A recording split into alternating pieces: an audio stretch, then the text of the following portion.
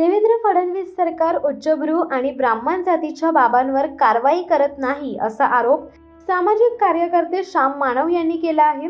कायदा सगळ्यांसाठी समान आहे, त्यामुळे खरे तर कारवाई व्हायला हवी, मात्र तसे घडत नाही असा गंभीर आरोप श्याम मानव यांनी केला आहे। तसेच धीरेंद्र कृष्ण शास्त्री जन्माने ब्राह्मण आहेत म्हणून त्यांच्यावर कारवाई होत नाही का, असाही प्रश्न श्याम मानव यांनी विचारला आहे। सदर वृत्त दैनिक लोकसत्ता या वृत्तपत्रात दिनांक 31 जानेवारी रोजी प्रसिद्ध झाले आहे।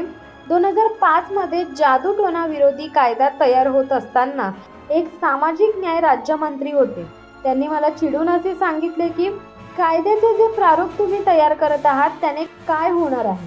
2005 मध्ये कायदा संमत झाला, त्यावेळी मला ते असे म्हणाले की या कायद्यानुसार तुम्ही आमच्या आदिवासी बाबांवर या कायद्याच्या माध्यमातून कारवाई कराल, गरीब आणि दलितांवर कारवाई कराल, उच्चभ्रू बाबा ब्राह्मण असलेल्या बाबांवर कारवाई तुम्ही करू शकणार नाही। पोलीस काय किंवा सरकार काय कुणीही कारवाई करणार नाही असे मला ते म्हणाले होते। मी त्यांना सांगितले कायदा सगळ्यांसाठी समान आहे, त्यामुळे असे होणार नाही। उच्चभ्रू असो, वरच्या जातीमध्ये जन्माला आलेले असतो किंवा खालच्या जातीत जन्माला आलेले असतील त्याने फरक पडणार नाही। मी त्या मंत्र्यांना हे समजावले होते, मात्र मी जेव्हा देवेंद्र फडणवीस सरकारांचे कृत्य पाहतो त्यावेळी मला हे म्हणता येते की जे उच्चभ्रू किंवा ब्राह्मण जातीत जन्माला आले आहेत त्यांच्या विरोधात सरकार कारवाई करत नाही।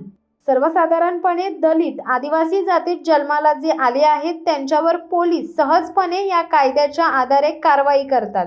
धीरेंद्र कृष्ण शास्त्री जन्माने ब्राह्मण आहेत म्हणून त्यांच्यावर कारवाई होत नाही का, असा प्रश्न मी आधीही विचारला आहे।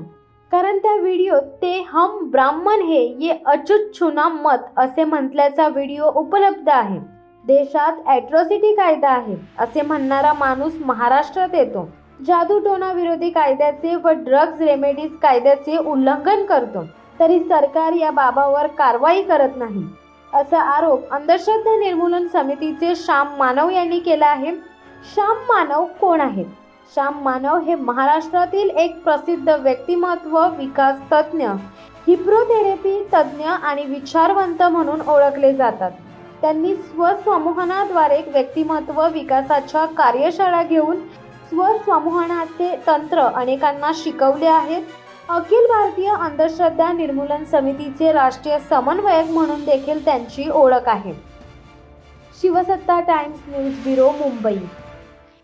दे धडक बेधडक वृत्त देणाऱ्या आपल्या शिवसत्ता टाइम्स न्यूज चॅनलला लाल बटन दाबून सबस्क्राईब करा आणि बेल आयकॉनला क्लिक करायला विसरू नका।